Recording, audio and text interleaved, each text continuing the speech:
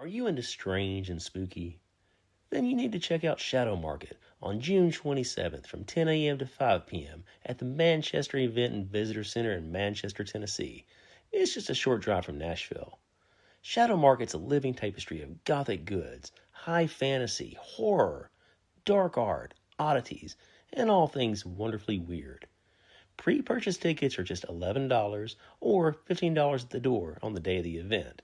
You can purchase tickets and vendor booths now at shadowmarketus.com. Again, that's shadowmarketus.com. And be sure to follow Shadow Market on Facebook at facebook.com/shadowmarketus. Stay spooky. We'll see you at the Shadow Market.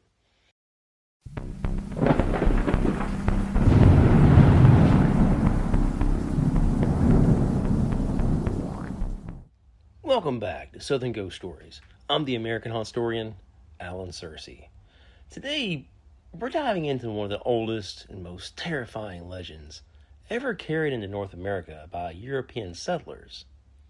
Long before Hollywood turned werewolves into movie monsters, people genuinely feared creatures that walked like men by day and hunted like animals by night. And in parts of Louisiana, eastern Canada, and the old French settlements scattered across the Midwest, some people still do. Today's episode is all about the Rougarou, the Cajun Werewolf, a creature rooted in medieval superstition, religious fear, isolation, and centuries of whispered stories passed down through candlelit cabins and swamp communities. But this isn't just folklore, because hidden deep inside old newspaper archives and forgotten frontier legends are stories from people who swore they encountered something very, very real.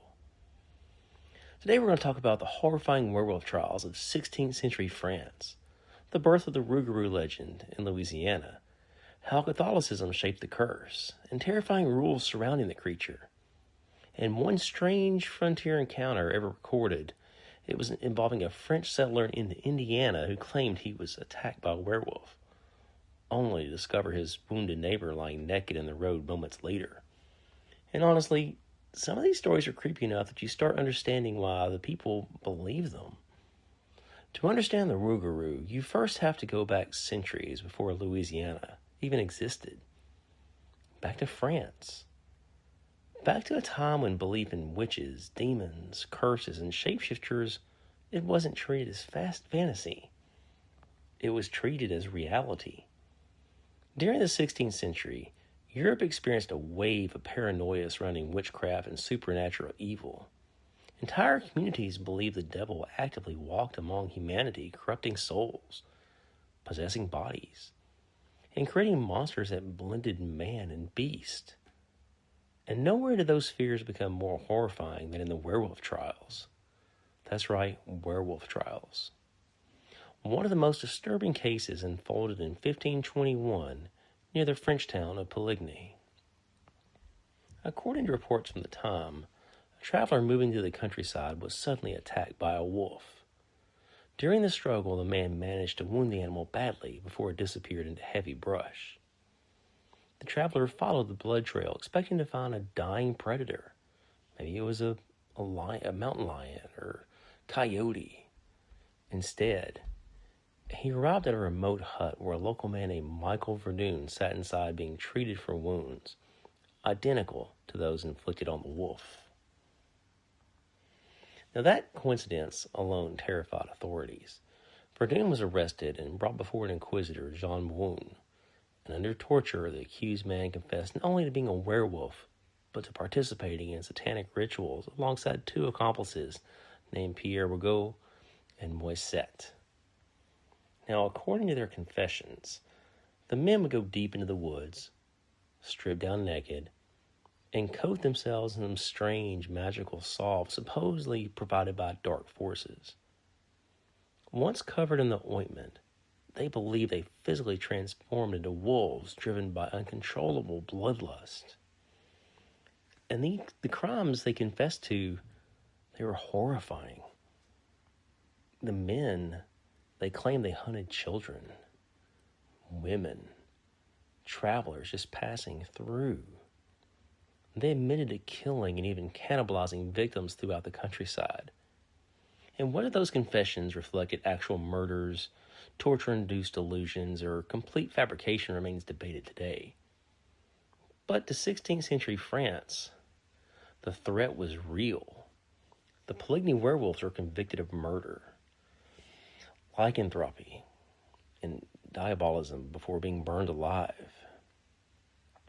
And stories like that spread across Europe for generations, especially among French settlers. When French colonists eventually crossed the Atlantic into North America, they carried those fears with them. And in Louisiana, the legend evolved. The French term was Lougarou, Lou meaning wolf and garou meaning man. Over time, isolated Cajun communities transformed the pronunciation into something new, the Rougarou. And unlike the sleek Hollywood werewolf transformed by the full moon, the Rougarou became something much more deeply tied to religion and punishment. In Cajun folklore, the curse often targeted people who abandoned their faith. They left the church. One of the most common versions of the legend claimed that any man who failed to observe Lent or attend church for 7 consecutive years risked transforming into a Rougarou.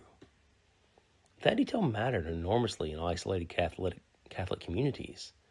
The Rougarou essentially became a religious warning story, a monster used to enforce obedience. Parents frightened children with stories about the creature wandering swamps after dark, searching for disobedient souls. Priests reportedly referenced the curse while warning parishioners against drifting away from church life. And honestly, the setting made the stories feel believable. The Louisiana swamps already felt alien and dangerous enough without monsters. Dense fog hanging over black water, strange cries echoing through cypress trees, alligators slipping silently beneath the surface. Entire stretches of swamp where a person could just disappear forever. If any place in America felt capable of hiding monsters, it was the bayou. Descriptions of the Rougarou varied from town to town, but certain details remained pretty consistent. Witnesses usually described a massive creature standing between 5 and 7 feet tall with the body of a man and the head of a wolf or a wild dog. Its eyes supposedly glowing red like burning embers, and many stories describe the creature frothing at the mouth while moving unnaturally fast through swamps in the forests. Some versions claim the afflicted person lived normally during the day, but transformed late that night. Others describe the curse as a permanent condition, and the rules surrounding the curse became incredibly specific. One common belief held that surviving an encounter with the Rougarou carried terrible consequences itself. If a victim spoke openly about the attack before 1 year and 1 day passed, the curse would transfer to them. They would become the wolf.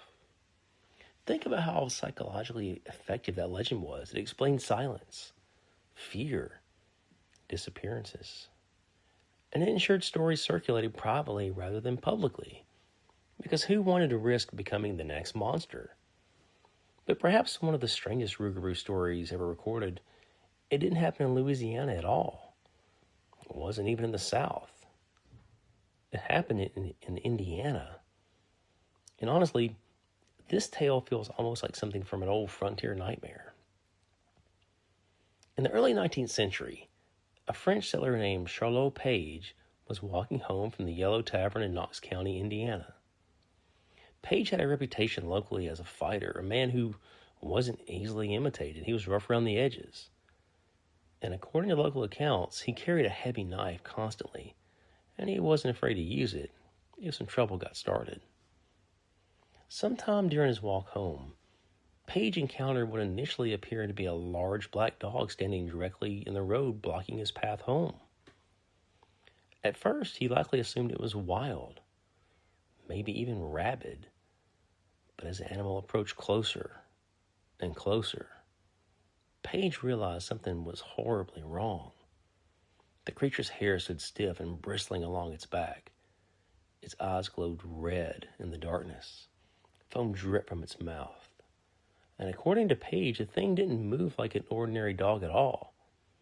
Immediately, he recognized what he believed stood before him: a Lougarou, a werewolf. Now remember, French folklore still thrived heavily among frontier settlements during that period. Many settlers carried stories of shapeshifters directly from Europe into isolated communities. Those werewolf trials were real, and they were on their mind. And Page believed that creature intended to kill him on the road right there. The beast, it suddenly lunged. Page drew his knife instantly and fought back while the two crashed violently into the dirt road. And during the struggle, he managed to stab the beast deeply in its left foreleg. The wounded beast reportedly whimpered and staggered away before collapsing further down the road. Then the story became truly bizarre, as if it's not bizarre enough. As Charlot Page gathered himself and brushed dirt from his coat, he approached and expected to find the dying animal. Instead, he discovered his neighbor, Jean Vital, sitting naked in the middle of the road, bleeding heavily from his left leg. No wolf, no dog, just Jean Vital. And according to local folklore, Vital fit the curse perfectly. People whispered around the village he rarely attended church and had lived for years outside proper Catholic tradition. One version of the story specifically claimed anyone who ignored church for 7 years risked becoming a Lougarou. And he apparently survived the encounter. And afterward, wanting to end suspicion and restore his reputation within the settlement, he hosted a large feast for his neighbors and all the locals there. Publicly, the feast symbolized reconciliation and his reintegration into society. But according to the tale, the tension between Charlot Page and Jean Vital never really disappeared. In fact, stories claim the two men refused to speak to each other for 100 days after the encounter.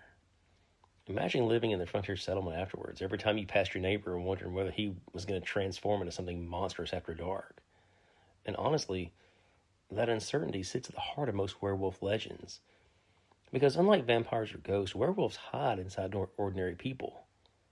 Your friends, neighbors, family members. That monster could be someone you already know.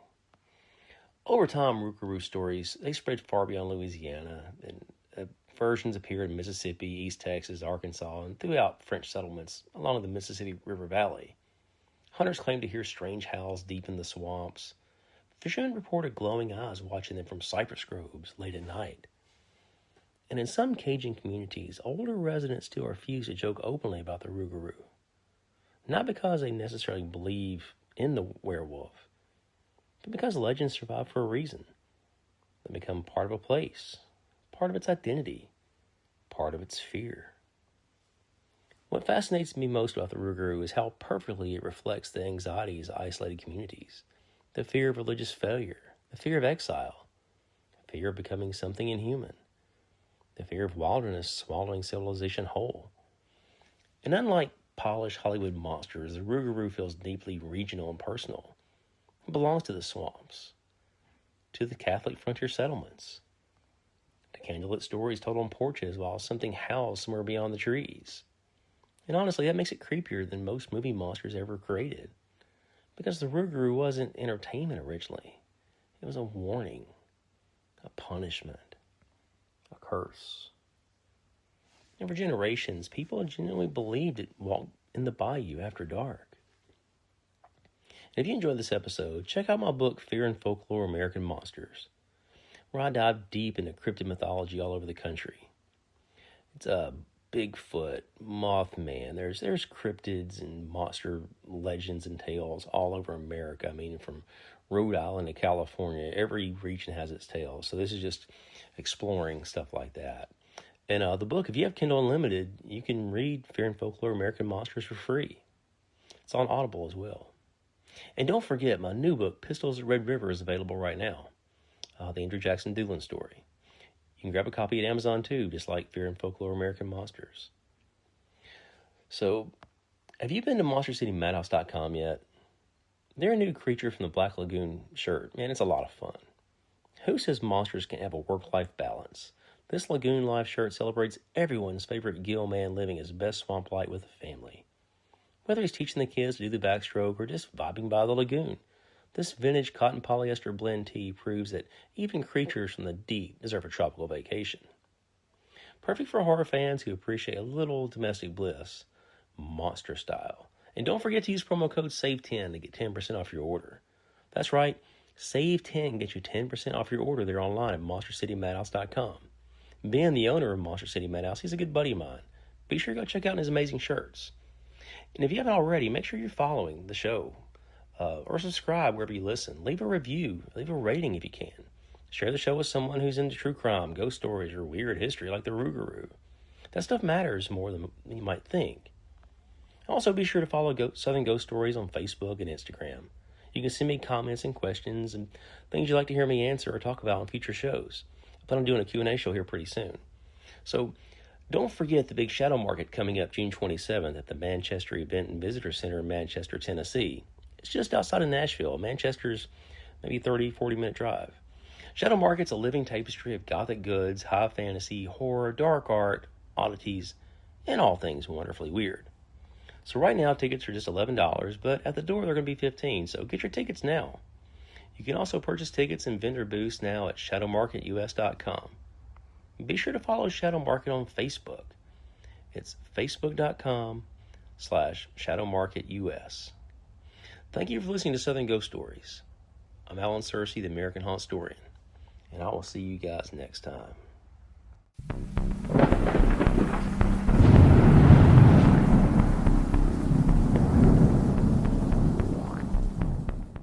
Monster City Madhouse, a year-round online store full of Halloween and classic horror shirts with an emphasis on the vintage look. Use code SAVE10 for 10% off your order. MonsterCityMadhouse.com. Free shipping and financing's available.